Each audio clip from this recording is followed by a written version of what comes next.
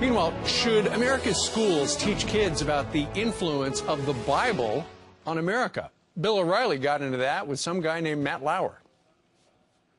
Kids need to know what Judeo-Christian tradition is, because that's what all of our laws are based on. That's what the country's philosophy is based on. One of the things that's interesting about public schools these days, you go sit in one of those classes and you're surrounded by kids of 4, 5, 6 different faiths. Why should they sit there and listen to the story of Jesus Christ? If they are American children, because that's what forged the Constitution. Our next guest says many people in America still have no idea that many of our founding principles came from the Bible. Angela Kamrath is the vice president of the American Heritage Educational Foundation and the author of the textbook, The Miracle of America. Good morning to you. Thank you for having me. What did you think about Bill O'Reilly's argument with Matt Lauer? Well, I think that schools are allowed to teach about religion. There's a need and legal right for them to teach it. Sure. And really, and this is one of the reasons that you wrote the textbook, is the Bible was, in some ways, essentially the instruction manual for the country of America. It was. They looked to the Bible as guidance in building a civil society. And, you know, the founders really created the first greatest experiment in which people came together to form a new nation with new ideas. All right, let's take a look at some of the ideas new to America. For instance, the Mayflower Compact came from where in the Bible?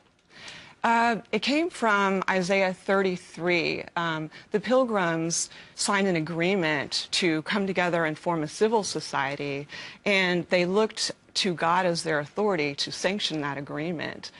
In doing that, they referred to Isaiah 33, which says, God is our judge, lawgiver, and king.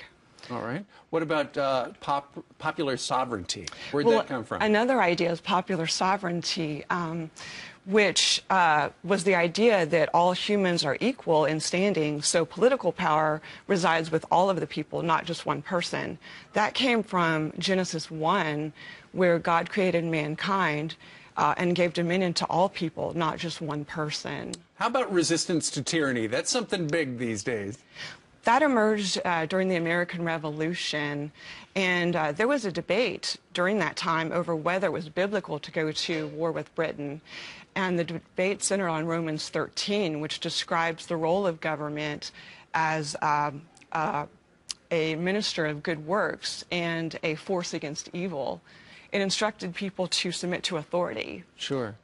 So for the people who are trying to scrub God from the public place, you know, get in God we trust off the money, get rid of God and all references to Christmas and stuff like that. You look at our history, and the Bible was what we base so much of our country on. That's exactly right.